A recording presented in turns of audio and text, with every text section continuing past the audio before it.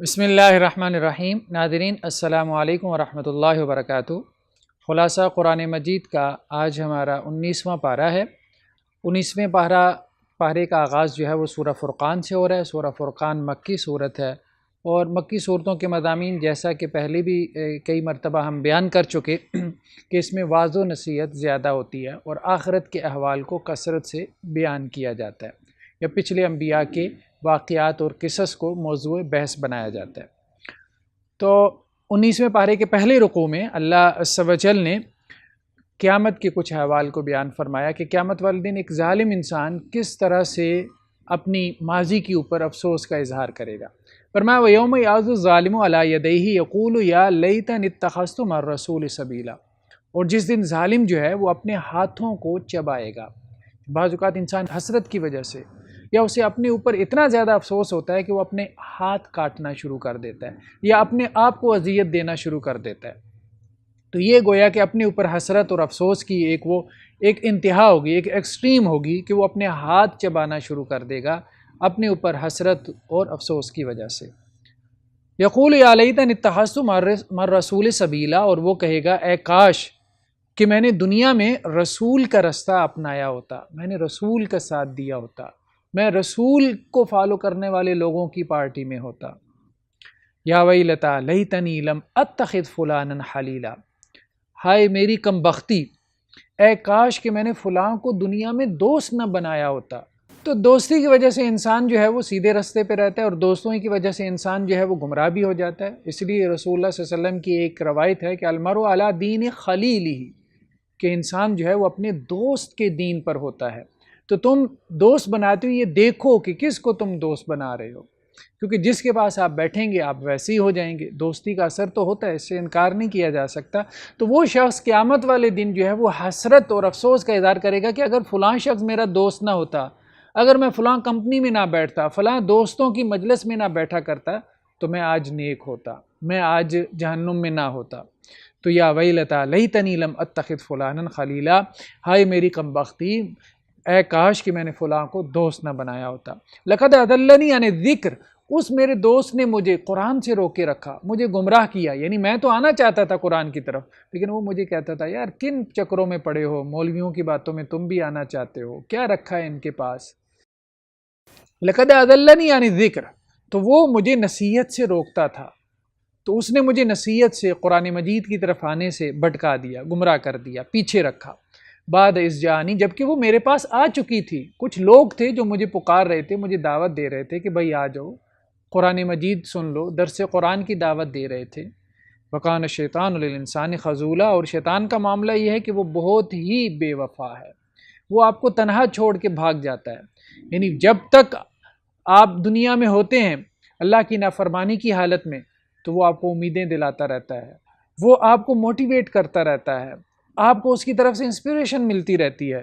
لیکن جیسے ہی آپ جو ہے وہ اللہ کی پکڑ میں آ جاتے ہیں تو شیطان آپ کو تنہا چھوڑ جاتا ہے، پھر مایوسی کے اوپر مایوسی، ڈپریشن کے اوپر ڈپریشن۔ وَقَانَ الشَّيْطَانُ لِلْإِنسَانِ خَذُولًا، شیطان کی دوستی اچھی دوستی نہیں ہے، یہ ایسا دوست ہے جو تنہائی کے وقت تمہیں چھوڑ دیتا ہے۔ تو اسی طرح سے کافر کی دوستی یا اللہ کے نافرمان اور سرکش انسان کی دوستی بھی شیطان کی دوستی کی طرح ہے، وہ تمہیں مشکل وقت میں کبھی کام نہیں آئے گا۔ یہ بھی قرآن نے اس طرف بھی اشارہ کیا ہے۔ تو گویا کہ دوستی بہت اہم چیز ہے، یعنی دوست بنانا یہ کوئی سادہ چیز نہیں ہے، اس کو ہمیں ایک دینی حکم کے طور پہ لینا چاہیے، کیونکہ ہمارے دوستوں کا ہماری آخرت کے اوپر اثر پڑتا ہے۔ ان دوستوں کی وجہ سے ہماری آخرت بن رہی ہے، سنور رہی ہے یا بگڑ رہی ہے۔ اسی رکوع کے اندر اللہ عز و جل نے اللہ کے رسول صلی اللہ علیہ وسلم کا ایک شکوہ بیان فرمایا جو کہ قیامت والے دن آپ کریں گے۔ وقال رسول یا رب ان قوم اتخذوا هذا القرآن مہجورا، رسول اللہ صلی اللہ علیہ وسلم یہ شکوہ اپنی امت کے حوالے سے کریں گے جس کی طرف آپ نبی بنا کر بھیجے گئے، اور کہیں گے رسول صلی اللہ علیہ وسلم اے میرے پروردگار، بے شک میری قوم نے اس قرآن کو چھوڑ دیا تھا، ترک کر دیا تھا، اس کو پیٹھ پیچھے پھینک دیا تھا، اس سے اعراض کیا تھا۔ تو ایک تو ترک کرنا ہے کفار کی طرف سے، نان مسلمز کی طرف، وہ اس کو اللہ کی کتاب ہی نہیں مانتے۔ اور ایک ترک کرنا مسلمانوں کی طرف سے بھی ہے کہ جو اس کو اللہ کی کتاب مانتے ہیں، اس کو ایک مقدس کتاب، ایک سیکرٹ بک کے طور پہ مانتے ہیں یہ اللہ کی طرف سے نازل ہوئی ہے، لیکن اس کے بعد ان کا ترک کرنا کیا ہے کہ غلاف میں لپیٹ کے اس کو اوپر کسی طاقچے میں رکھ دیا، یا بیٹی کو جہیز کے موقع پہ دے دیا، یا کورٹ میں کسی مقدمے کے اندر قرآن اٹھانے کے لیے، حلف لینے کے لیے جو ہے وہ قرآن مجید کو ایک ٹول کے طور پہ استعمال کر لیا۔ بس قرآن مجید انہی مقاصد کے لیے رہ گیا، لیکن یہ ہے کہ قرآن جو ہے وہ ایک طرز زندگی ہے، ایک وے آف لائف ہے، ہم نے اس کے مطابق اپنی زندگی بنانی ہے، سنوارنی ہے، گزارنی ہے۔ ہم اس کے لیے اس کو پڑھیں، سمجھیں، اس کے مطابق عمل کریں، اپنی انڈیویجول کی اور کلیکٹیو لائف کو، اپنی انفرادی اور اجتماعی زندگی کو اس کے مطابق قائم کریں۔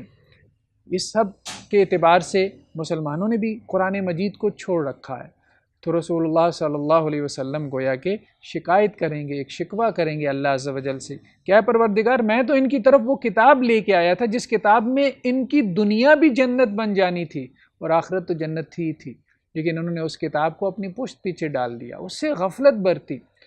انگریزی اتنی پڑھیں گے کہ انگریزوں کو بھی پڑھا دیں گے، مطلب ہمارے ہاں کے لوگ اب دیکھیں پی ایچ ڈیز کرتے ہیں یورپ میں جا کے، برطانیہ میں جا کے، امریکہ میں جا کے، اور کچھ ایسے ہیں جو وہاں یورپ کی یونیورسٹیوں میں پڑھا رہے ہیں، انگریزوں کو پڑھا رہے ہیں۔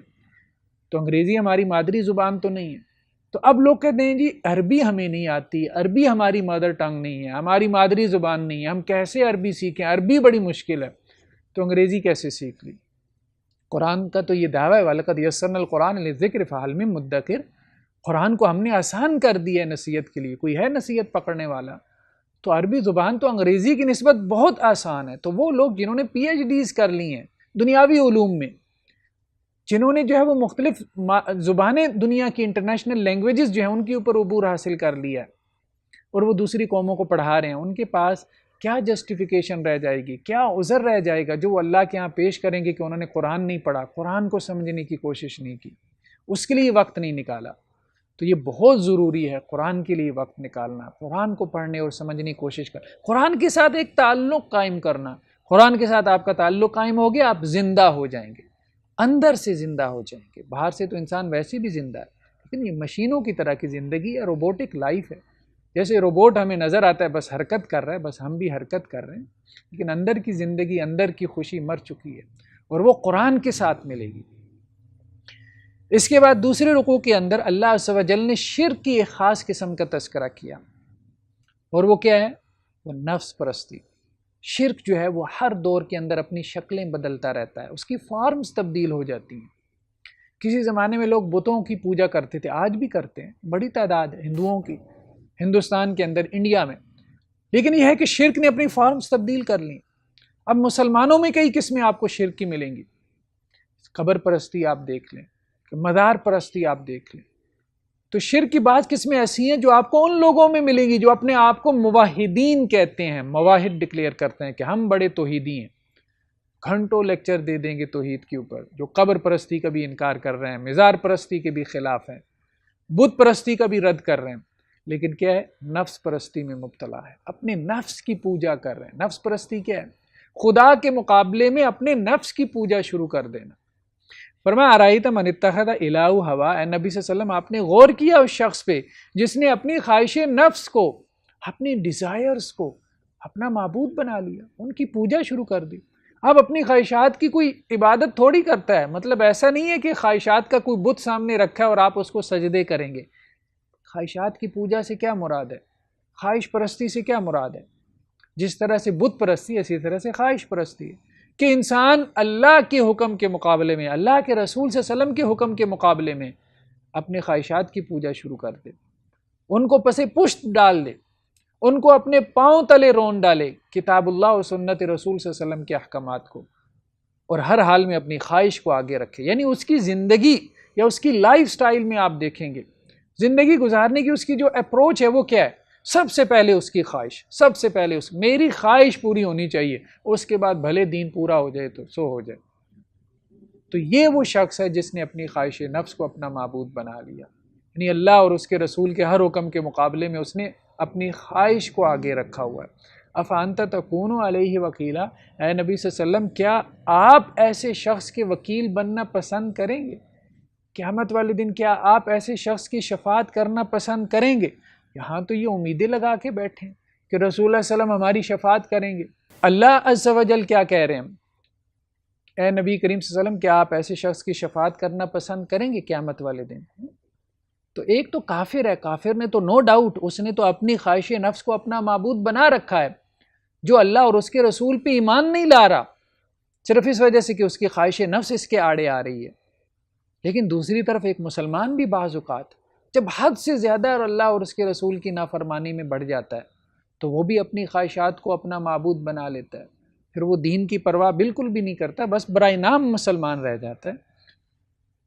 تو ایک یہ ہے کہ کبھی کبھار اپنے نفس کے غلبے کی وجہ سے یا شیطان کے وسوسے کی وجہ سے انسان اپنی خواہش نفس کو پورا کر لے، اللہ کے حکم کو پس پش ڈال دے، وہ اور رویہ ہے۔ اور ایک یہ کہ زندگی بھر کی روٹین ہی یہی بنائی ہوئی ہے، زندگی بھر کی جو ہے وہ اپروچ ہی یہی ہے کہ اپنی خواہش نفس سب سے آگے جو ہے وہ نفس کا جو ہے وہ خواہش نفس کا جھنڈا ہے جو سب سے آگے اس نے گاڑ رکھا ہے، بس اسی کی طرف جو ہے اس نے دوڑ لگائی ہوئی ہے۔ اس کے بعد اللہ عز و جل نے رسول اللہ صلی اللہ علیہ وسلم کے مکی دور کے حوالے سے، مکی دور میں آپ کی جو دعوت اور تبلیغ تھی اس کے حوالے سے ایک خاص حکم دیا، اور وہ حکم ہے قرآن کے ذریعے جہاد کرنے کا حکم۔ یعنی جہاد کی مختلف قسمیں ہیں، جہاد کا آخری درجہ، آخری لیول جو ہے وہ ہے جہاد بالسیف، تلوار سے جہاد کرنا، جو آج بندوق سے جہاد ہوتا ہے، جو آج میزائل ٹیکنالوجی کے ساتھ جہاد ہوتا ہے۔ لیکن یہ ہے کہ جہاد کی بہت ساری صورتیں، رسول اللہ صلی اللہ علیہ وسلم نے مکہ میں جو 13 سال گزارے اس میں جو آپ صلی اللہ علیہ وسلم نے جہاد کیا وہ قرآن کے ساتھ جہاد کرنا تھا، اور قرآن مجید نے اس جہاد کو یعنی جہاد بالقرآن کو جہاد کبیر کہا ہے، یعنی یہ بڑا جہاد ہے، گریٹر جہاد ہے، جہاد اکبر ہے یہ۔ فرمایا فلا تطع الکافرین، اے نبی صلی اللہ علیہ وسلم کافروں کی باتوں میں مت آ جائیں، کیونکہ کافر آپ کو بہلاتے تھے، پھسلاتے تھے، آپ کے پاس مختلف جو ہے وہ پلانز لے کے آتے تھے کہ نبی کریم صلی اللہ علیہ وسلم آپ کی ساری باتیں ہم نہیں مان سکتے، کچھ آپ ہماری مان لیں، کچھ ہم آپ کی مان لیتے ہیں، ایک سال ہم آپ کے رب کی عبادت کر لیں گے، ایک سال آپ ہمارے بتوں کی عبادت کر لیں، کوئی بیچ کی راہ نکالنے کی کوشش کرتے ہیں۔ تو اللہ کے رسول صلی اللہ علیہ وسلم کو وہ اس قسم کی مختلف چیزیں آپ کے پاس لے کے آتے تھے۔ فرمایا فلا تطع الکافرین، آپ کافروں کی باتوں میں مت آ جائیں، وجاہدہم بہ جہادا کبیرا، اور آپ ان کے ساتھ جہاد کریں، بہت بڑا جہاد، کس کے ذریعے؟ بہ، اس قرآن کے ذریعے۔ تو رسول اللہ صلی اللہ علیہ وسلم نے مکہ کے 13 سالوں کے اندر جو جہاد کیا وہ جہاد بالقرآن تھا، کہ سب سے پہلے لوگوں کے کانسیپٹس کلیئر کریں، ان کے ذہنوں میں جو شرک بھرا پڑا ہے اس شرک کو نکالیں، ان کے رویوں میں جو بدعات ہیں، خرافات ہیں، ان کے اعمال میں سے ان بدعات اور خرافات کو نکالیں، ان کے کانسیپٹس کلیئر کریں، آخرت کے بارے میں، نبوت و رسالت کے بارے میں، خود اللہ عز و جل کے بارے میں۔ تو یہ ہے جہاد بالقرآن، قرآن کے ذریعے سے جہاد، کہ لوگوں کی نظریات کی اصلاح کرنی ہے، پہلے لوگوں کے نظریات کو ٹھیک کرنا ہے۔ جب تک انسان کا نظریہ، اس کی سوچ، اس کی تھاٹ ٹھیک نہیں ہوگی اس وقت اس کا عمل درست نہیں ہو سکتا۔ عمل کے درست ہونے کے لیے ضروری ہے کہ پیچھے سوچ درست ہو، اگر سوچ غلط ہوگی تو عمل کبھی درست نہیں ہو سکتا۔ اور سوچ کی درستگی کیسے ہے؟ قرآن مجید سے، آپ لوگوں کو قرآن میں سے گزار دیں، پورے قرآن میں سے آپ لوگوں کو ایک مرتبہ گزار دیں، جتنی مسکنسیپشنز ہیں سب کلیئر ہو جائیں گی۔ آپ سوسائٹی میں تو دین کے بہت سارے ورژنز آپ کو مل جاتے ہیں نا، کوئی کہہ رہا ہے یہ دین ہے، کوئی کہہ رہا ہے یہ دین ہے، یہ فلاں مسلک والے ہیں، وہ فلاں مذہب والے ہیں، وہ فلاں اسکول آف تھاٹ ہے، وہ فلاں اسکول آف جیورسپروڈنس ہے۔ کون حق پہ ہے؟ کون سچ کہہ رہا ہے؟ سب کا نعرہ یہی ہے کہ ہم ہی حق پہ ہیں، باقی سارے غلط ہیں۔ کیسے معلوم ہوگا کون ٹھیک ہے؟ قرآن کے ساتھ جڑ جاؤ، قرآن جن چیزوں کے اوپر تمہیں کھڑا کرتا ہے ان کے اوپر کھڑے ہو جاؤ، جن سے منع کرتا ہے ان سے رک جاؤ، اس قرآن کے ذریعے لوگوں کے کانسیپٹس کلیئر کرو۔ تو فلا تطع الکافرین وجاہدہم بہ جہادا کبیرا، نظریات کی اصلاح کے لیے، سوچ کی اصلاح کے لیے، عقیدے کی اصلاح کے لیے بہت ضروری ہے کہ قرآن لوگوں کے اندر عام کیا جائے۔ قرآن کا پیغام پھیلایا جائے۔ اس کے بعد اگلے رکوع کے اندر جو کہ سورہ فرقان کا آخری رکوع ہے، اللہ عز و جل نے عباد الرحمن کی صفات بیان فرمائیں۔ رحمان کے بندے کون ہیں؟ رحمان کے بندے، ان کی کیا صفات ہیں، کیا کوالٹیز ہیں؟ یہ ان ٹوٹل 10 صفات ہیں جو سورہ فرقان کے آخری رکوع میں ہے۔ عباد الرحمن، رحمان کے بندے، اللہ کہہ رہا ہے یہ میرے بندے ہیں۔ جیسے آج کل کوئی پرائم منسٹر کہہ دے کہ یہ میرا بندہ ہے، کسی کو پریزیڈنٹ کہہ دے یہ میرا بندہ ہے، تو وہ بیچارہ خوشی سے پھولا نہیں سمائے کہ فلاں مجھے اپنا بندہ کہہ رہا ہے۔ تو اللہ کہہ رہا ہے، رحمان کہہ رہا ہے کہ یہ میرے بندے ہیں جن کے اندر 10 صفات ہیں۔ تو ان 10 صفات کا آپ سورہ فرقان کے آخری رکوع میں مطالعہ کر سکتے ہیں۔ خلاصہ قرآن کے مختصر سے دورانیے میں ہم ہر چیز بیان نہیں کر سکتے، لیکن یہ ہے کہ رحمان کے بندوں کی صفات میں سے ایک صفت جو اللہ عز و جل نے بیان فرمائی وہ کیا ہے؟ آخر میں جا کے والذین اذا ذکروا بآیات ربہم لم یخروا علیہا صما وعمیانا، جب اللہ کی آیات پڑھ کے ان کو نصیحت کروائی جاتی ہے تو وہ اندھے بہرے ہو کے نہیں گر پڑتے، اللہ کی آیات کو غور سے سنتے ہیں۔ یہ نہیں کہ اس کان سے سنا اور اس سے نکال دیا، ایسا نہیں۔ اللہ کی آیات جب ان کو پڑھ کے سنائی جاتی ہیں تو وہ غور سے سنتے ہیں، وہ اپنا محاسبہ کرتے ہیں، وہ کیلکولیٹ کرتے ہیں کہ کیسے ہم نے اپنی اصلاح کرنی ہے، انالیسس کرتے ہیں۔ والذین یقولون ربنا ھب لنا من ازواجنا، اور ساتھ میں وہ یہ دعا کرتے ہیں، اے ہمارے پروردگار ہمیں ایسی بیویاں عطا فرما، ہمیں ایسے شوہر عطا فرما، وذریاتنا، یا اللہ ہمیں ایسی نسل، ایسی اولاد عطا فرما، قرۃ اعین، جو ہماری آنکھوں کی ٹھنڈک ہو۔ اگر انسان گھر میں تنگ ہو، اگر انسان کی جوان اولاد اس کے سامنے سینہ تان کے کھڑی ہو جائے، اگر میاں بیوی کے آپس میں معاملات سیٹ نہ ہو رہے ہوں تو انسان کا گھر جہنم بن جاتا ہے، اور اس سے بڑی جہنم کوئی نہیں ہے۔ باہر والے کے ساتھ تو آپ لڑ مر سکتے ہیں، جوان اولاد کے ساتھ کیسے لڑیں گے، کیسے مریں گے؟ وہاں تو انسان کو برداشت ہی کرنا پڑتا ہے۔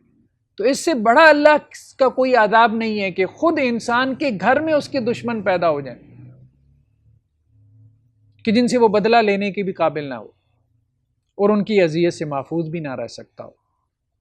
تو اللہ کے نیک بندے، رحمان کے بندے یہ دعا کرتے رہتے ہیں، یا اللہ ہم میاں بیوی کو آپس میں ایک دوسرے کی آنکھوں کی ٹھنڈک بنا، یا اللہ ہم والدین اور اولاد کو ایک دوسرے کی آنکھوں کی ٹھنڈک بنا، وجعلنا للمتقین اماما، یا اللہ ہمیں متقین کا امام بنا، کیونکہ والد جو ہے وہ گھر کا سربراہ ہے، وہ ایڈمنسٹریٹر ہے گھر کا، تو وہ خاص طور پہ یہ دعا کرتا ہے، یا اللہ جو میری رعایا میں ہیں، جو میری رعیت میں ہیں، میرے بیوی بچے، یا اللہ ان کو متقی بنا، اپنے آپ سے ڈرنے والا بنا۔ وہ اللہ سے ڈرنے والے ہوں گے تو اپنے والد اور اپنے شوہر کے بارے میں بھی ڈریں گے۔ تو اس لیے اپنی اولاد کو، اپنے بیوی بچوں کو ضرور دین کی طرف راغب کریں۔ دین کا فائدہ کیا ہوگا؟ ایک تو اخروی فائدہ ہے کہ ان کی آخرت بنے گی، دوسرا یہ ہے کہ اگر اولاد، اگر بیوی، اگر شوہر اللہ سے ڈرنے والا بن جائے گا تو وہ ایک دوسرے کے حقوق بھی پورے کریں گے اللہ کے ڈر کی وجہ سے۔ اولاد ہوگی تو والدین کے حقوق پورے کرے گی، شوہر اللہ سے ڈرنے والا ہوگا تو بیوی کے حقوق پورے کرے گا، بیوی اللہ سے ڈرنے والی ہوگی تو شوہر کے حقوق پورے کرے گی۔ تو اس لیے ایک دوسرے کو دین کی طرف جانے سے روکے نہ، بلکہ موٹیویٹ کریں۔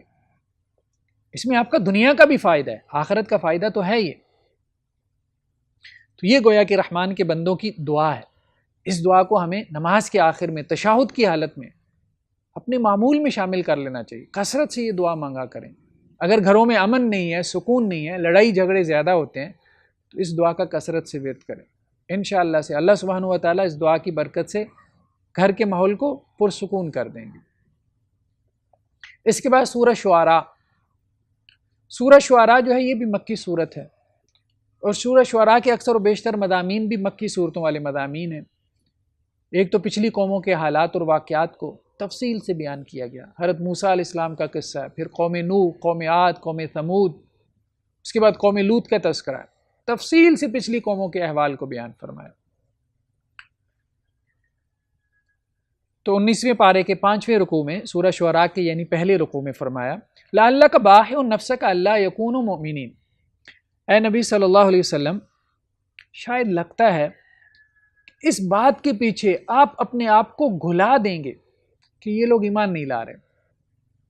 اللہ کے رسول صلی اللہ علیہ وسلم مکہ میں 13 سال سے آپ نے دعوت کا کام کیا اور دن رات کیا، خوب محنت سے کیا، لیکن اس کے باوجود چند لوگ گنے چنے لوگ ایمان لائے، اور آپ صلی اللہ علیہ وسلم صبح سے شام دن رات اسی غم میں گھلے جاتے تھے کہ یا اللہ یہ ایمان کیوں نہیں لا رہے، کیوں نہیں لا رہے، مومن کیوں نہیں ہو رہے، ان کی آخرت کیوں نہیں سنور رہی۔ تو اللہ کے وسلم کو حوصلہ دیا گیا کہ اے نبی کریم صلی اللہ علیہ وسلم آپ کیا ان کے پیچھے اپنی جان گھلا دیں گے؟ تو اس سے گویا کہ آپ کی ایک شفقت اس امت کے لیے، آپ کی جو خیر خواہی کا جذبہ ہے اس کا اندازہ ہوتا ہے۔ اور خاص طور پہ یہاں پہ ایک اشارہ بھی ہے، جو داعی دین ہوتا ہے، جو دین کی طرف لوگوں کو لانے والا ہوتا ہے، اس کا لوگوں کے ساتھ ایسا ہی تعلق ہوتا ہے، خیر خواہی کا تعلق۔ وہ ان کی خیر خواہی کے لیے گھلا جا رہا ہوتا ہے، پریشان ہو رہا ہوتا ہے دن رات۔ لیکن آج ہم دنیا کے لیے پریشان ہوتے ہیں۔ ایک شخص 2 کلو چینی کا شاپر لے کے جا رہا ہے، اور اس شاپر میں اگر سوراخ ہے اور اس کی چینی گر رہی ہے تو گلی میں سے گزرنے والے ہر دوسرا بندہ اسے متوجہ کرے گا کہ تمہاری چینی ضائع ہو رہی ہے۔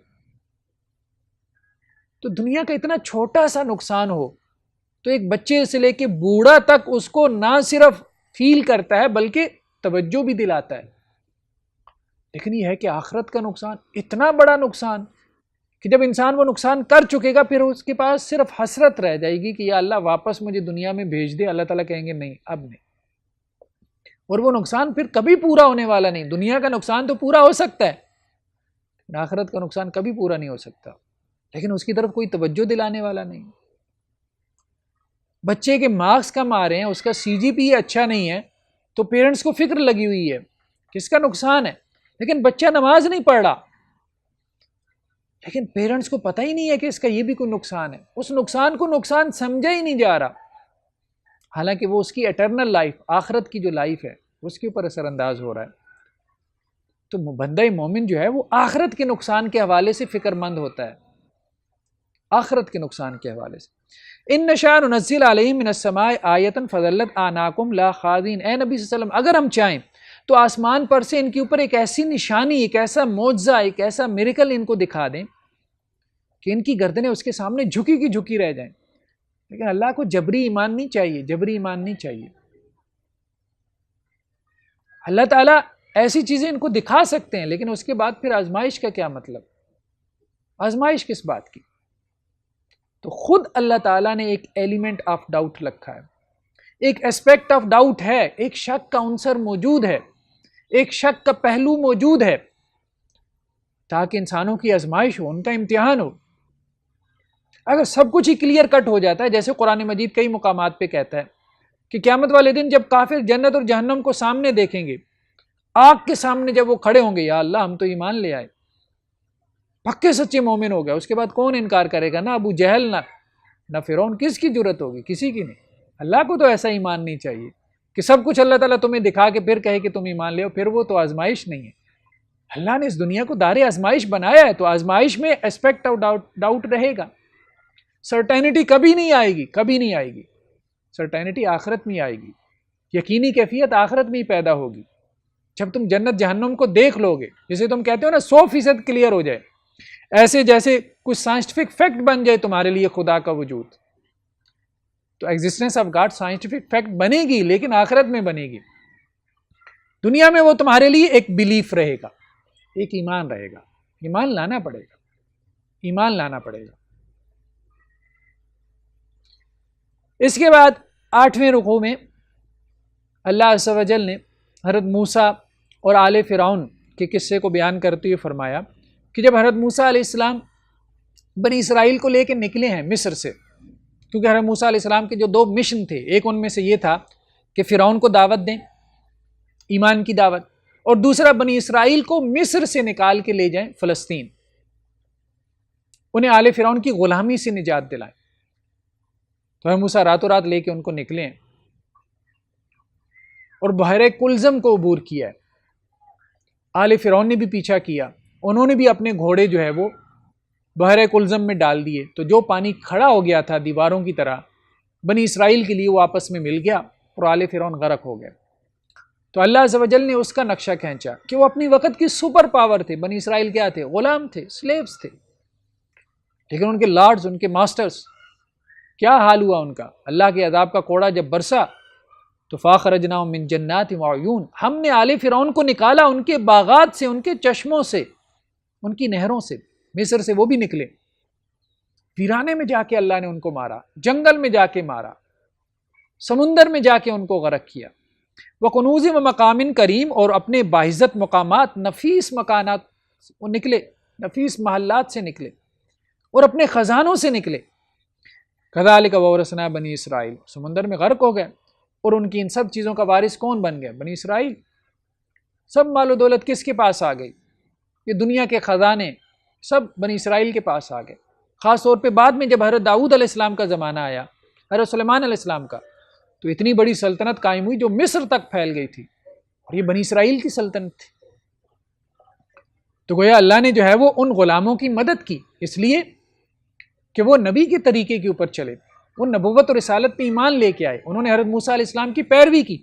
آل فرعون نے حضرت موسیٰ کو جھٹلا دیا تو سب کچھ ان سے چھن گیا، ان کی جو تہذیب تھی وہ ختم ہو گئی، ملیا میٹ ہو گئی، اب اس کے آثار بھی باقی نہیں رہ گئے، بس ان کی ممیز ہیں وہ ہمیں مل جاتی ہیں، عبرت کا ایک نشان ہے۔ کیا ہے؟ تو اس کے بعد اگلے رکوع کے اندر حضرت ابراہیم علیہ السلام کا قصہ بیان فرمایا۔ حضرت ابراہیم علیہ السلام کو عراق کے شہر ار میں مبعوث کیا گیا تھا۔ یہ بھی ایک قدیم تہذیب ہے، عراق کی تہذیب۔ تو الذی خلقنی فہو یہدین، حضرت ابراہیم علیہ السلام کی قوم جو تھی وہ بت پرست تھی، تو حضرت ابراہیم علیہ السلام نے ان کو توحید کی دعوت دی اور کہا کہ دیکھو جس نے مجھے پیدا کیا وہ مجھے سیدھا رستہ دکھائے گا۔ والذی هو یطعمنی ویسقین، اور وہی وہ ذات ہے جو مجھے کھلاتی بھی ہے مجھے پلاتی بھی ہے۔ اللہ ہی ہے جو مجھے کھلا رہا ہے، اللہ ہی ہے جو مجھے پلا رہا ہے۔ وَإِذَا مَرِضْتُ فَهُوَ يَشْفِينِ، جب میں مریض ہو جاتا ہوں تو وہی ہے جو مجھے شفا دیتا ہے۔ یہ تو انبیاء کا عقیدہ تھا، لیکن آج ہمارے یہاں کیا صورتحال ہے؟ لوگ مطاف میں بیٹھے ہوتے ہیں، یقین مانے مطاف کے اندر بیٹھے ہوتے ہیں۔ یہ سچے واقعات بیان کر رہا ہوں۔ ایک صاحب نے بتایا کہ ایک خاتون جو ہے وہ مطاف میں بیٹھی ہوئی تھی، تو ان کے بھائی کی کال آ گئی کہ بھتیجا بیمار ہے، تو وہ کہنے لگیں کہ داتا صاحب کے اوپر دیگ چڑھا دو۔ آپ مطاف میں بیٹھے ہیں، اللہ کے سامنے بیٹھے ہیں، اللہ سے مانگنے کی کوئی توفیق نہیں، اللہ کے گھر کے لیے کوئی نظر نیاز، کوئی قربانی دینے کی توفیق نہیں، وہاں جا کے بھی آپ جو ہے وہ اس قسم کی باتیں کر رہے ہیں۔ تو وَإِذَا مَرِضْتُ فَهُوَ يَشْفِينِ، جب میں مریض ہوتا ہوں تو وہی اللہ ہے جو مجھے شفا دیتا ہے۔ تو آپ مطاف پہ بیٹھے ہوئے پچھلے لوگوں کو یہ مشورہ دے رہے ہوں کہ داتا صاحب جا کے دعا کر لو کہ میں بیمار ہوں مجھے صحت مل جائے، تو اس سے بڑی بدبختی کیا ہوگی کہ خدا کے گھر میں جا کے تمہیں خدا سے مانگنے کی توفیق نہیں ملی۔ تو یہ ہماری قوم کی صورتحال ہے۔ والذی یمیتنی ثم یحیین، وہی اللہ ہے پھر مجھے موت دے گا، وہی اللہ ہے جو مجھے زندہ کرے گا دوبارہ۔ والذی اطمع ان یغفر لی خطیئتی یوم الدین، پھر مجھے امید ہے کہ وہ میرے گناہوں کو معاف کر دے گا قیامت والے دن۔ رب ھب لی حکما والحقنی بالصالحین، اے میرے پروردگار مجھے حکمت اور دانش عطا فرما، مجھے وزڈم دے دے تاکہ میں تیرے دین کو سمجھ سکوں، تاکہ میں کھرے اور کھوٹے میں فرق کر سکوں، تاکہ میں پہچان پاؤں کیا دین ہے کیا دین نہیں ہے، کیا شیطان کی ملاوٹ ہے، کیا شیطان کے وسوسے ہیں، کیا وہ چیز ہے جس کو لوگوں نے کرپٹ کر دیا ہے، اور کیا ہے وہ ہے جو کہ خالص دین ہے جو رسول اللہ صلی اللہ علیہ وسلم سے چلا آ رہا ہے۔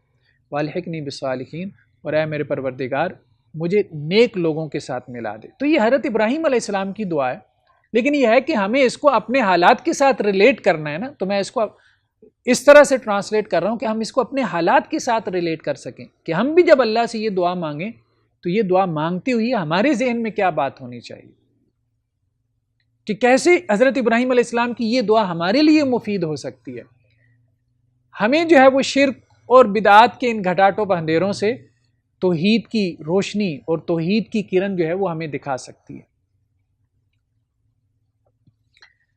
اس کے بعد اگلے رکوع میں اللہ عز و جل نے اہل جہنم کا ایک مکالمہ بیان فرمایا کہ جب جہنمیوں کو جہنم میں داخل کر دیا جائے گا اور جن کی وہ پوجا کرتے تھے، یعنی ان کے معبود، باطل معبود، جھوٹے معبود جو ان کے تھے، اللہ تعالیٰ ان کو بھی جہنم میں داخل کر دیں گے۔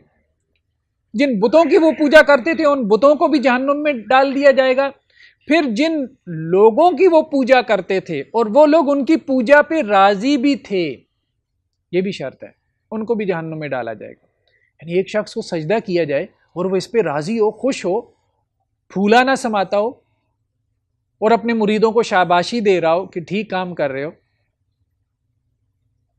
تو قرآن نے کہا کہ جن کی عبادت کی جاتی ہے ان کو بھی اور جو عبادت کرتے ہیں ان کو بھی، دونوں کو جہنم میں ڈالا جائے گا۔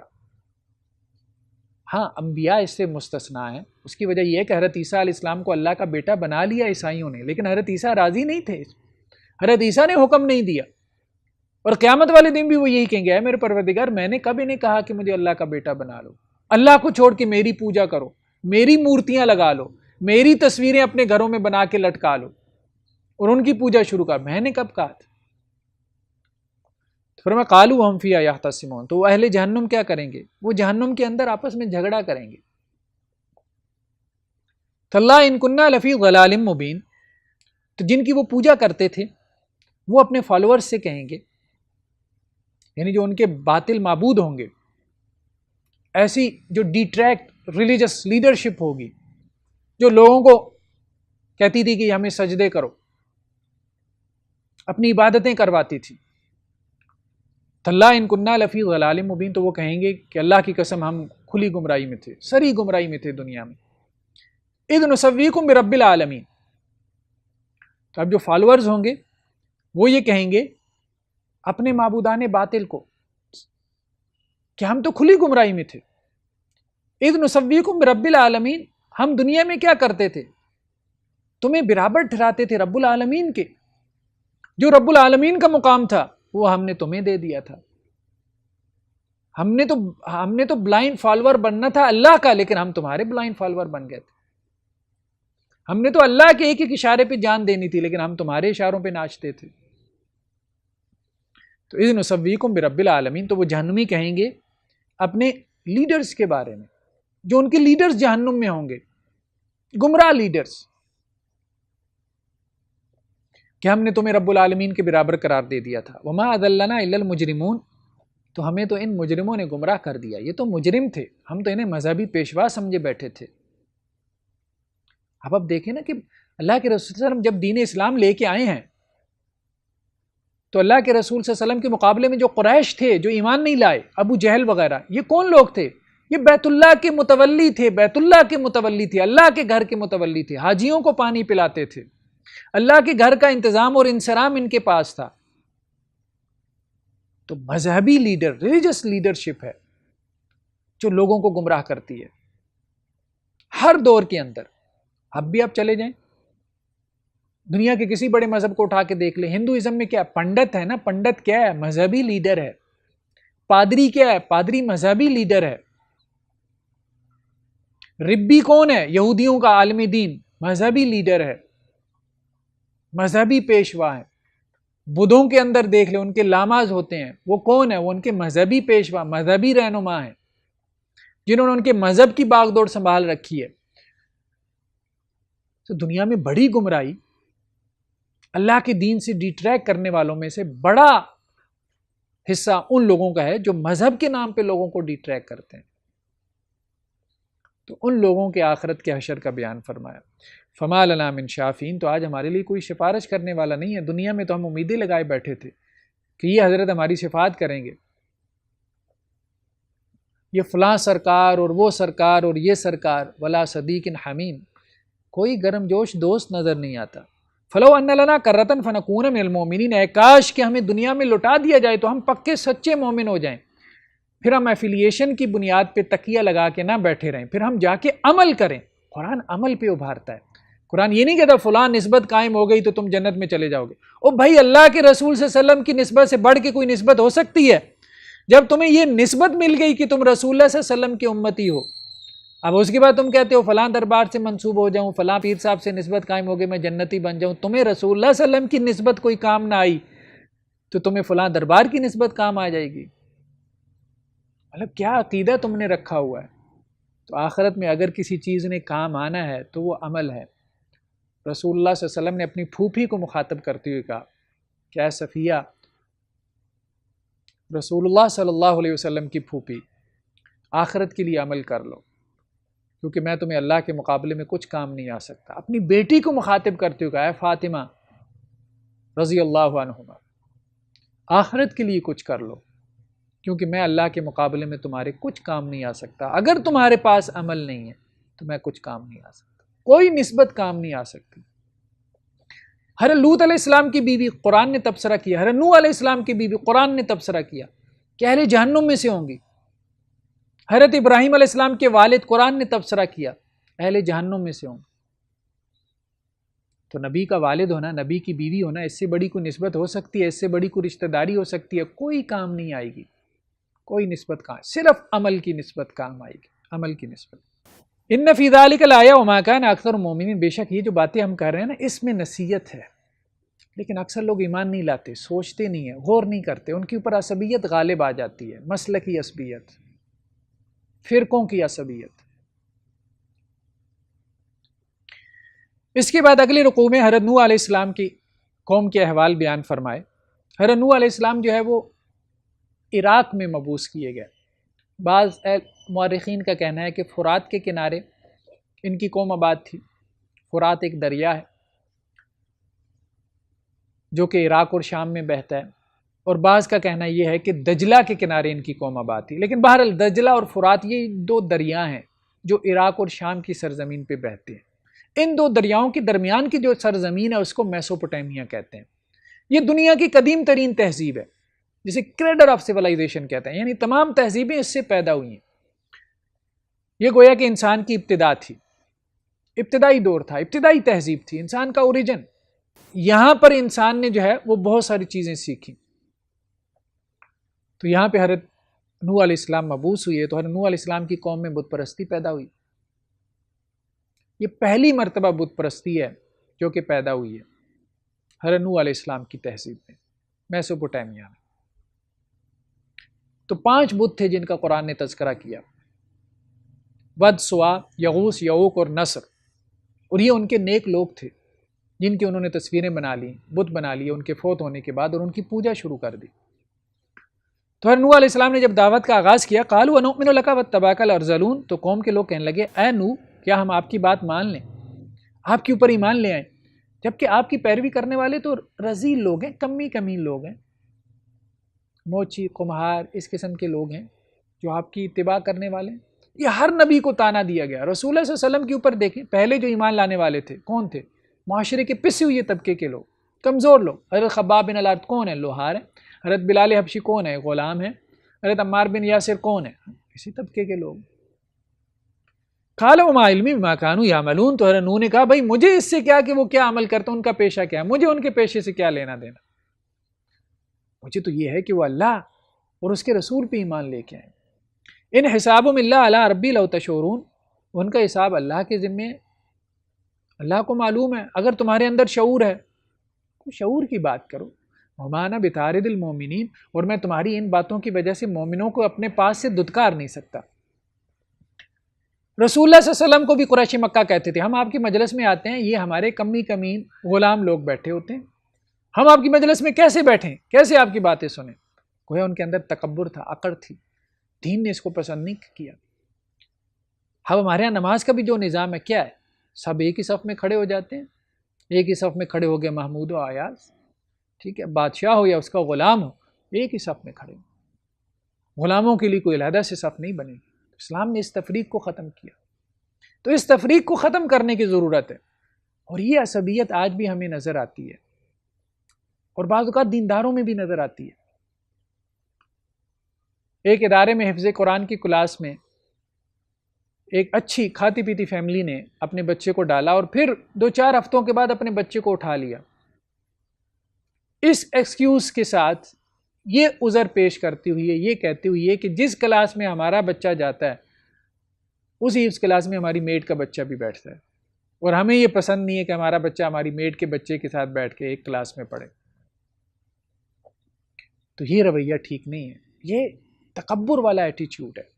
اگر جس کے لیے لوگوں نے عذر گھڑے ہوئے ہیں کہ غریب کے بچوں کے ساتھ بیٹھیں گے تو ان سے گالی سیکھیں گے، بات یہ ہے کہ بعض اوقات غریب کا بچہ گالی دیتا ہے، نو ڈاؤٹ، لیکن بعض اوقات امیر کا بچہ بھی بہت بدتمیز ہوتا ہے، وہ اس سے 10 گنا زیادہ گالم گلوچ کرنے والا ہوتا ہے۔ یہ تو پیرنٹس کی تربیت ہے۔ امیر پیرنٹس اچھے ہوں گے، سیولائزڈ ہوں گے، وہ اپنے بچوں کی اچھی تربیت کریں گے۔ غریب کے جو ہے وہ پیرنٹس اچھے ہوں گے، سیولائزڈ ہوں گے، وہ اپنے بچوں کی اچھی تربیت کریں گے۔ بدتمیزی کا، گالم گلوچ کا تعلق امارت اور غربت سے نہیں ہے، ورنہ آپ کو بیکن ہاؤس، لاہور گرامر اور اس جیسے سکولز میں پڑھنے والے بہت سارے بچے مل جائیں گے اتنے منہ پھٹ، اتنے بدتمیز کہ انسان جو ہے وہ بات کرنے سے پہلے جھجکتا ہے، ڈرتا ہے کہ کیا رسپانس آئے۔ اس کے بعد اگلے رکوع میں حضرت ہود علیہ السلام کی قوم کے احوال اور واقعات کو بیان فرمایا۔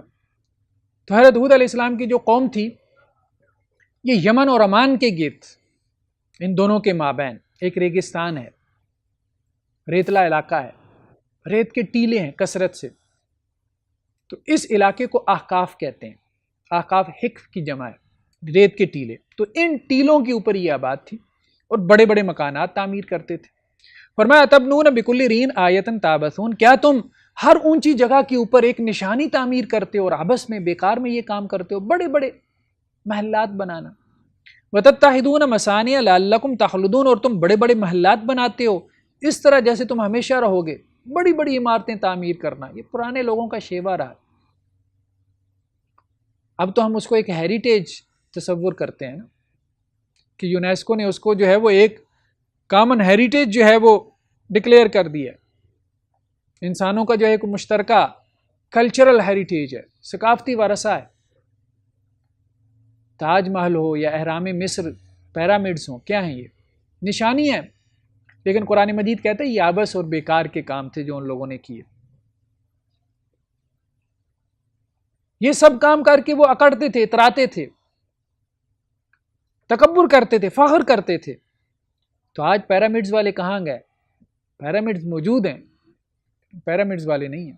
کرتبہ اور غرناطہ کے بڑے بڑے محلات جو مسلمان حکمرانوں نے اسپین میں تعمیر کیے تھے، مسلمانوں کا وجود تو ختم ہو گیا، محلات موجود ہیں۔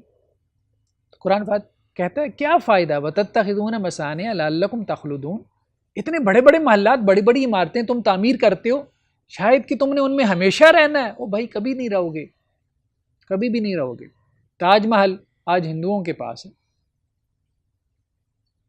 اس کو بنانے والے کہاں رہ گئے؟ مٹی کے اندر دفن ہو گئے۔ وَإِذَا بَطَشْتُمْ بَطَشْتُمْ جَبَّارِينَ، جب تم لوگوں کو پکڑتے ہو تو بڑا زبردست پکڑتے ہو، بڑی ظالم قوم ہو۔ فَاتَّقُوا اللَّهَ وَأَطِيعُونِ، اصل چیز کہ اللہ کا تقوی اختیار کرو اور رسول کی اطاعت کرو، بس یہ دو کام کر لو تو کامیاب ہو، ورنہ تو یہ سب ناکامی، یہ سب نشانیاں پچھلوں کے لیے چھوڑ جا رہے ہو۔ وہ ریسرچ کیے جا رہے ہیں کہ پہلے ایسے تھے، ایسے تھے، ایسے تھے، پہلوں کو کیا فائدہ، جہنم کے عذاب میں پڑے۔ یہی تاج محل کی جگہ کوئی یونیورسٹی بنا دی جاتی تو چلیں پھر کوئی امت مسلمہ کو فائدہ ہو جاتا، لیکن کیا ہے، بس اب ایک حسن کا شاہکار ہے، بس ٹھیک ہے، اس کو دیکھے جاؤ دیکھے جاؤ، لیکن قرآن اس کو لغویات میں شمار کرتا ہے، قرآن اس کو لغویات میں شمار کرتا ہے۔ اس کے بعد اگلے رکوع میں حضرت صالح علیہ السلام کی قوم کے احوال کو بیان فرمایا۔ قوم نوح کے بعد قوم عاد، قوم عاد کے بعد قوم صالح، یہ اسی ترتیب سے، یعنی ہسٹوریکلی اسی ترتیب سے، تاریخی اعتبار سے یہی ترتیب بنتی ہے۔ حضرت صالح علیہ السلام کی قوم جو ہے وہ حجاز اور اردن کے درمیان کا علاقہ تھا، جسے مدائن صالح کہتے ہیں، ہجر کا علاقہ بھی کہلاتا ہے، اصحاب الحجر قرآن نے کہا، سورہ ہجر بھی ہے قرآن کے اندر اسی نام سے۔ تو حضرت صالح علیہ السلام نے اپنی قوم کے لوگوں کو سمجھایا، وہ بھی بت پرست تھے، بہت اللہ کی نعمتیں تھیں ان کے پاس۔ اتترکون فیما ہاؤنا آمینین، تو ان نعمتوں کی طرف اشارہ کرتے ہوئے کہا کہ کیا تم یہ سمجھتے ہو کہ ان نعمتوں میں تم ہمیشہ رہو گے، ان آسائشوں میں، فی جنات وعیون، ان باغات اور چشموں میں، وزروع ونخل طلعها حدیم، یہ کھیتیاں، یہ کھجور کے درخت جن کے خوشے جو ہے وہ بہت ہی نرم و ملائم، وتنحتون من الجبال بیوتا فارہین، اور تم پہاڑوں کو تراش کے گھر بناتے ہو اور اس پہ اتراتے ہو، فخر کرتے ہو، اور ان کے گھر آج بھی موجود ہیں۔ فاتقوا اللہ واتیون، پس اللہ سے ڈرو اور میری اطاعت کرو۔ لیکن قوم ایمان نہیں لائی، معجزہ مانگا، ان کو معجزہ دکھا دیا گیا، ایک گابن اونٹنی سامنے پہاڑ سے نکلی ان کے سامنے، لیکن انہوں نے کیا کیا، اس اونٹنی کو قتل کر دیا۔ اللہ عز و جل نے حضرت صالح علیہ السلام کو حکم دیا آپ یہاں سے نکل جائیں، تو حضرت صالح علیہ السلام جو ہے وہ اپنی قوم کے لوگوں کو لے کے نکل گئے۔ پھر اس قوم پہ عذاب آیا اور وہ بالکل مٹا دی گئی، آج اس کا نام و نشان نہیں۔ اس کے بعد حضرت لوط علیہ السلام کی قوم، یہ بحیرہ مردار کے کنارے آباد تھی، 2 شہر تھے ڈیڈ سی کے پاس، جارڈن دریائے اردن کے کنارے۔ اتاتون الذکران من العالمین، اس قوم کے اندر جو ایک بڑی بیماری تھی ہومو سیکشولیٹی کی، مرد مردوں سے اپنی خواہش کو پورا کرتے تھے، اور یہ چیز آج بھی ہم دیکھ رہے ہیں۔ بلکہ انسان کی اس سے بڑی بدبختی کیا ہوگی کہ یورپ کے اندر کئی ممالک میں اس کو لیگلائز کر دیا گیا، لیجسلیشن ہو گئی کہ ایک مرد مرد سے شادی کر سکتا ہے، ایک عورت عورت سے شادی کر سکتی ہے، سیم جینڈر میرج جسے کہتے ہیں، اس پہ قانون پاس ہو رہے ہیں۔ اتاتون الذکران من العالمین، تو حضرت لوط علیہ السلام نے اپنی قوم کے لوگوں کو کہا کہ کیا تم مردوں کے پاس آتے ہو اپنی خواہشات پوری کرنے کے لیے، اور جہان والوں میں یہ کبھی حرکت تم ہی نے کی ہے، فطرت کے خلاف تم ہی چلے ہو۔ وَتَذَرُونَ مَا خَلَقَ لَكُمْ رَبُّكُم مِّنْ أَزْوَاجِكُمْ، اور اللہ نے جو تمہاری بیویاں پیدا کی ان کو چھوڑ دیا، تم ان سے اپنی خواہش نہیں پوری کر رہے، ان کی طرف تمہارا میلان نہیں ہے، بل انتم قوم عادون، تم حد سے نکل جانے والے قوم۔ اور پھر اس قوم کے اوپر عذاب آیا۔ حضرت لوط علیہ السلام جو ہے وہ اپنے گھر والوں کو لے کے نکل گئے اور دونوں بستیاں تباہ کر دی گئی، پتھروں کی بارش ہوئی، قرآن مجید نے کہا۔ اس کے بعد قوم شعیب کا تذکرہ ہے۔ حضرت شعیب علیہ السلام کی قوم میں ایک بیماری تھی جو کہ بہت عام تھی، ماپ تول میں کمی کرتے تھے۔ اوفوا الکیل ولا تکونوا من المخسرین، تو حضرت شعیب نے کہا ماپ کو پورا رکھو اور کمی کرنے والوں میں سے مت ہو جاؤ۔ وزنوا بالقسطاس المستقیم، سیدھی ڈنڈی کے ساتھ تولو۔ ولا تبخسوا الناس اشیاءہم، اور لوگوں کے لیے چیزوں میں کمی مت کرو۔ ولا تعثوا فی الارض مفسدین، اور زمین میں فساد مت برپا کرو۔ آپ ماپ تول میں کمی کریں گے زمین میں فساد برپا ہوگا، جھگڑا بڑھے گا۔ آپ پیٹرول لینے کے لیے جاتے ہیں اور اگر آپ کو اندازہ ہو جائے کہ اس نے کم پیٹرول ڈالا ہے اور آپ نے پیسے پورے دیے تو کیا ہوگا؟ جھگڑا ہوگا۔ اور کئی مقامات پہ آپ نے دیکھا ہوگا انہی باتوں کے اوپر جھگڑا ہو رہا ہوتا ہے، مار کٹائی تک نوبت آ جاتی ہے کہ لوگ پورے پیسے لے کے کم یا گھٹیا اور ردی چیز آپ کو بیچ دیتے ہیں۔ تو اس سے زمین میں فساد پھیلتا ہے، اس سے منع کیا۔ اس کے بعد سورہ شعراء کے آخری رکوع میں اللہ عز و جل نے جو ہے وہ کافروں کے احوال بیان کیے کہ جو اللہ کے نافرمان ہیں، کافر ہیں، ان کے اوپر شیاطین نازل ہوتے ہیں جو انہیں پکا کرتے رہتے ہیں ان کے عقائد کے اوپر، انہیں جمائے رکھتے ہیں، انہیں لاجک دیتے رہتے ہیں ان کے عقائد کی، اور انہیں خوش رکھتے ہیں ان کے اوپر۔ حل انبئکم علی من تنزل الشیاطین، آپ انہیں کہیں کیا میں تمہیں خبر دوں کس کے اوپر شیاطین نازل ہوتے ہیں؟ تنزل علی کل افاک اثیم، ہر جھوٹے شخص کے اوپر، گناہ گار کے اوپر، جھوٹا ہے، گناہ گار ہے۔ یلقون السمع واکثرهم کاذبون، اور یہ سنی سنائی باتیں ایک دوسرے کو پہنچاتے رہتے ہیں اور اکثر ان میں سے جھوٹے ہیں۔ والشعراء یتبعهم الغاوون، اور دوسری طرف شاعر ہیں جن کی پیروی کرنے والے گمراہ لوگ ہوتے ہیں۔ الم تر انہم فی کل وادی یہیمون، کیا تم نے نہیں دیکھا کہ وہ ہر وادی میں بھٹکتے پھرتے ہیں؟ تو رسول اللہ صلی اللہ علیہ وسلم کے اوپر 2 الزام لگائے گئے، ایک یہ کہ آپ کاہن ہیں، معاذ اللہ فارچون ٹیلر ہیں، تو کاہن کے پاس تو شیطان آتا تھا، تو قرآن نے اس کا انکار کیا، کہا کہ شیطان جھوٹے کے پاس آتا ہے، نبی کریم صلی اللہ علیہ وسلم کی زندگی میں تم جھوٹ ثابت نہیں کر سکتے، ایون کہ مستقبل کے بارے میں جو آپ نے پیشین گوئی کی وہ اسی طرح سے سچ ثابت ہوئی۔ دوسرا آپ صلی اللہ علیہ وسلم کے اوپر الزام لگایا کہ آپ شاعر ہیں اور یہ قرآن مجید آپ کی پوئٹری ہے، تو اس کا قرآن نے انکار کیا کہ شاعر تو گمراہ لوگ ہوتے ہیں، وہ تو عمل ہی نہیں کرتے، بے عمل ہوتے ہیں، جتنا بڑا شاعر ہوگا اتنا بڑا بے عمل ہوگا، اور رسول اللہ صلی اللہ علیہ وسلم کی زندگی تو عمل ہی عمل ہے، عمل کا نمونہ ہے۔ تو شاعروں کو تو تم دیکھتے ہو کہ ہر وادی میں بھٹکتے پھرتے ہیں، کبھی یہاں کی بات کبھی وہاں کی بات، رسول اللہ صلی اللہ علیہ وسلم کی بات، یہ جو قرآن مجید ہے یہ تو اتنی بامقصد کلام ہے، بامقصد بات۔ وَأَنَّهُمْ يَقُولُونَ مَا لَا يَفْعَلُونَ، اور شاعروں کا معاملہ کیا ہے کہ جو وہ کہتے ہیں وہ کرتے نہیں۔ اللہ کے رسول کی زندگی میں تو تمہیں یہ چیز نظر نہیں آتی، تو تمہارا یہ الزام کہ وہ شاعر ہیں یہ بھی غلط ہے، اور یہ الزام کہ وہ کاہن ہیں یہ بھی درست نہیں۔ اس کے بعد سورہ نمل ہے، سورہ نمل میں حضرت سلیمان علیہ السلام کے قصے کو تفصیل سے بیان کیا گیا۔ تو اس کے شروع میں اللہ عز و جل نے فرمایا ان الذین لا یؤمنون بالآخرۃ زینا لهم اعمالهم فهم یعمہون، کہ بے شک جو لوگ آخرت پہ ایمان نہیں رکھتے، جن کا آخرت پہ یقین نہیں ہے، تو ہم ان کے لیے ان کے اعمال کو مزین کر دیتے ہیں، خوبصورت کر دیتے ہیں۔ یہ بہت خطرناک صورتحال ہے کہ کسی شخص کے لیے اس کے برے اعمال، اس کا کفر، اس کا نفاق، اس کا شرک اس کے لیے خوبصورت بنا دیا جائے، اور وہ اس کے پاس اس کی لاجکس ہوں، کیونکہ شیطان نے اسے اس کی لاجکس فراہم کر دی ہیں۔ تو اللہ نے کہا کہ ایک وقت ایسا آتا ہے کہ ہم ایک انسان کی دل پہ مہر لگا دیتے ہیں، اور اس کی گمراہی کو اس کے لیے خوبصورت بنا دیتے ہیں. فہم یامو، پھر وہ بھٹکتے پھرتے ہیں. ہم بھی بعض اوقات کہتے ہیں یار اتنا بڑا عالم دین، اسے سمجھ نہیں آتی. تو اس کے لیے اس کی سمجھ کے ساتھ یہی معاملہ ہوتا ہے کہ اس کی گمراہی، اس کی بدعت، اس کا شرک، اس کی خرافات اس کے لیے مزین ہو جاتی ہیں، خوبصورت بنا دی جاتی ہیں شیاطین کی طرف سے، اور وہ پھر بھٹکتے پھرتے رہتے ہیں اور انہیں ہدایت نہیں ملتی. اس کے بعد اگلے رکوع میں ملکہ سبا کا تذکرہ کیا. حضرت سلیمان علیہ السلام کا جو تخت تھا، جو دارالخلافہ تھا، جو ان کی سلطنت کا کیپٹل تھا، وہ فلسطین تھا. دوسری طرف سبا کے اندر ایک بڑی سلطنت قائم تھی جس کو ایک عورت چلا رہی تھی. تو حضرت سلیمان علیہ السلام کے خاص پرندوں میں سے ہدہد جو ہے وہ ایک مرتبہ اس کی سلطنت میں جا نکلا اور اس نے واپس آ کے حضرت سلیمان کو خبر دی. انی وجدت امرأۃ تملکہم وأوتیت من کل شیء ولہا عرش عظیم، کہ میں نے ایک عورت کو دیکھا، وہ ملکہ ہے، وہ بادشاہی کر رہی ہے. وأوتیت من کل شیء، اسے ہر چیز دی گئی ہے، ولہا عرش عظیم، اور اس کا ایک بہت بڑا تخت ہے. تو یمن کی یہ ملکہ تھی. یمن کے لوگ اس وقت ایک بہت بڑی یمن کے اندر جو ہے وہ سلطنت قائم تھی.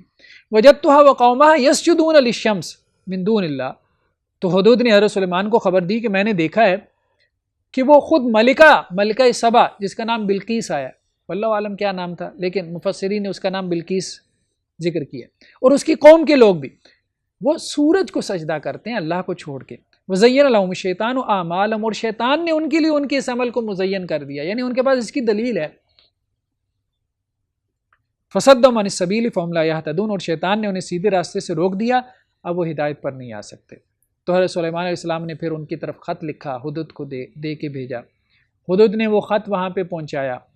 ملکہ سبا نے اپنے لوگوں سے مشورہ کیا، انہوں نے کہا ہم جنگ کے لیے تیار ہیں. اس نے کہا نہیں، پہلے میں امتحان لینا چاہوں گی. تو اس نے کچھ تحائف بھیجے حضرت سلیمان علیہ السلام کی طرف کہ وہ قبول کرتے ہیں کہ نہیں. حضرت سلیمان نے وہ تحائف واپس بھیج دیے، کہا کہ اللہ نے مجھے جو دنیا کی نعمتیں دی ہیں تم سوچ بھی نہیں سکتی.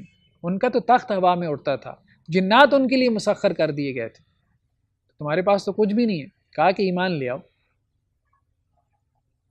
تو پھر وہ اپنے جو بھی عمائدین تھے، اپنے جتنے بھی وزراء تھے، اپنے جتنے بھی اس کے سردار تھے، ان کے ساتھ وہ حاضر ہوئی اور اس نے ایمان قبول کیا حضرت سلیمان علیہ السلام کی خدمت میں. تو درمیان میں ایک واقعہ ہوا کہ حضرت سلیمان علیہ السلام نے کہا، جب آپ کو خبر ملی کہ اب وہ آ رہی ہے حضرت سلیمان علیہ السلام کی طرف ملکہ سبا ایمان لانے کی غرض سے، تو حضرت سلیمان علیہ السلام نے اسے یقین دلانے کے لیے کہ آپ اللہ کے نبی ہیں، قال الذی عنده علم من الکتاب انا آتیک بہ قبل ان یرتد الیک طرفک. تو حضرت سلیمان نے اپنے درباریوں سے مشورہ کیا اور کہا کہ اس کا جو بڑا تخت ہے جس کی ہدہد نے ہمیں خبر دی ہے، کوئی تم میں سے ہے جو میرے پاس لے آئے اس کے آنے سے پہلے. تو ایک بہت بڑے جن نے کہا کہ میں نشست برخاست ہونے سے پہلے آپ کے پاس وہ تخت لے آؤں گا. اس سے معلوم ہوا کہ جنات چیزوں کو ایک سے دوسری جگہ لے جا سکتے ہیں، فزیکلی وہ چیزوں کو آگے پیچھے کر سکتے ہیں. جیسے بہت سارے لوگ کہتے ہیں ہمیں پتہ ہی نہیں چلتا، ہماری چیزیں آگے پیچھے ہو جاتی ہیں. لیکن ایک اور اللہ کا بندہ تھا جو حضرت سلیمان علیہ السلام کے وزراء میں سے تھا.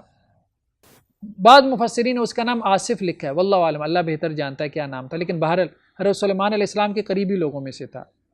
قال الذی عنده علم من الکتاب، ایک شخص جس کے پاس کتاب کا علم تھا، کتاب کا علم جو اس وقت کتاب تھی تورات. انا آتیک بہ قبل ان یرتد الیک طرفک، اس نے کہا کہ یہ جن تو یہ کہہ رہے ہیں کہ مجلس برخاست ہونے سے پہلے میں آپ کی پلک جھپکنے سے پہلے آپ کے پاس وہ تخت لے آؤں گا. فلما راؤ مستقرا عنده، اب اس نے یہ بات کی اور دوسری طرف وہ تخت سامنے پڑا تھا، فوراً اس کو وہ لے بھی آیا. اب اس شخص کے پاس کیا علم تھا؟ قرآن نے کہا علم من الکتاب، کتاب کا علم تھا. بعض مفسرین نے تبصرہ کیا ہے کہ اس کے پاس اللہ کے اسماء حسنہ کا کچھ علم تھا. ایک تو یہ ہے نا کہ یہ کتاب ہمارے لیے ایک طرز زندگی ہے، لیکن اس کتاب کے اندر اللہ نے بہت سارے علوم چھپائے ہوئے ہیں. یہ خود قرآن مجید کے اندر ایسے ایسے عجائب ہیں کہ جو کہ نہ ختم ہونے والے. اب اس شخص کے اوپر اس وقت کی جو کتاب تھی تورات تھی، اس کے کچھ عجائب جو ہے وہ اس کے لیے ظاہر کر دیے گئے تھے. اس کے ذریعے سے وہ ملکہ سبا کا جو تخت تھا وہ پلک جھپکنے میں یمن سے 1500 کلومیٹر کا سفر ہے، یمن سے فلسطین تک لے آیا حضرت سلیمان علیہ السلام کے پاس. قال هذا من فضل ربی، تو حضرت سلیمان علیہ السلام نے جب دیکھا کہ آپ کے سامنے تخت پڑا ہے تو کہنے لگے یہ میرے رب کا فضل ہے، یعنی اس کی طرف نگاہ نہیں گئی، فوراً اللہ کی طرف نگاہ گئی، تخت لانے والے کی طرف نہیں۔ لیبلونی اشکر ام اکفر، میرے رب نے مجھے آزمایا کہ میں شکر کرتا ہوں یا کفر کرتا ہوں۔ ومن شکر فانما یشکر لنفسہ، جو شکر کرے گا اپنے لیے شکر کرے گا۔ ومن کفر فان ربی غنی کریم، اور جو کہ کفر کرے گا تو میرا رب بے نیاز ہے اور بہت کرم والا ہے۔ تو اللہ کے شکر میں اضافہ ہو گیا۔ آخری جو رکوع ہے اس پارے کا 19واں رکوع، اس میں حضرت صالح علیہ السلام کی قوم کا واقعہ پھر آ گیا۔ اب یہ چونکہ اگلی صورت ہے، سورہ شعراء کے بعد کی سورہ نمل، اس صورت میں بھی حضرت صالح علیہ السلام کا قصہ آ گیا، ان کی قوم کا، کہ جس قوم کی طرف وہ مبعوث کیے گئے وہاں پہ 9 شرارتی قسم کے لوگ تھے، سردار تھے، وڈیرے تھے، چودھری تھے، اپنی قوم کے بڑے تھے۔ تو انہوں نے پلاننگ کی کہ ہم حضرت صالح علیہ السلام کے اوپر شب خون ماریں گے، رات کو حملہ کریں گے ان کے گھر پہ، اور ان کو بھی قتل کر دیں گے اور ان کے گھر والوں کو بھی، اور پھر ان کے قبیلے کے لوگ اگر قصاص کی بات کریں گے، ان کے خاندان کے لوگ، تو ہم کہیں گے ہمیں تو نہیں پتہ، ہم تو مکر جائیں گے۔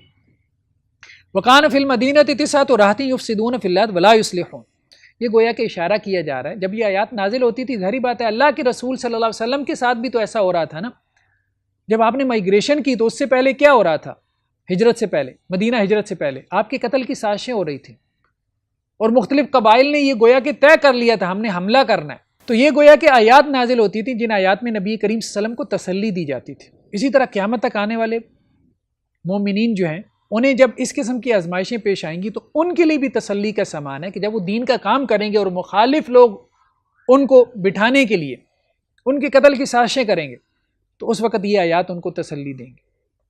تو اس شہر میں 9 فسادی قسم کے لوگ تھے جو اصلاح نہیں چاہتے تھے۔ قالوا تقاسموا باللہ، تو انہوں نے اللہ کی قسمیں اٹھا کے کہا، یعنی اللہ کو بھی مانتے تھے۔ وہی بات، مذہبی لوگ ہی سب سے پہلے انکار کرتے ہیں، رد کرتے ہیں حق بات کا۔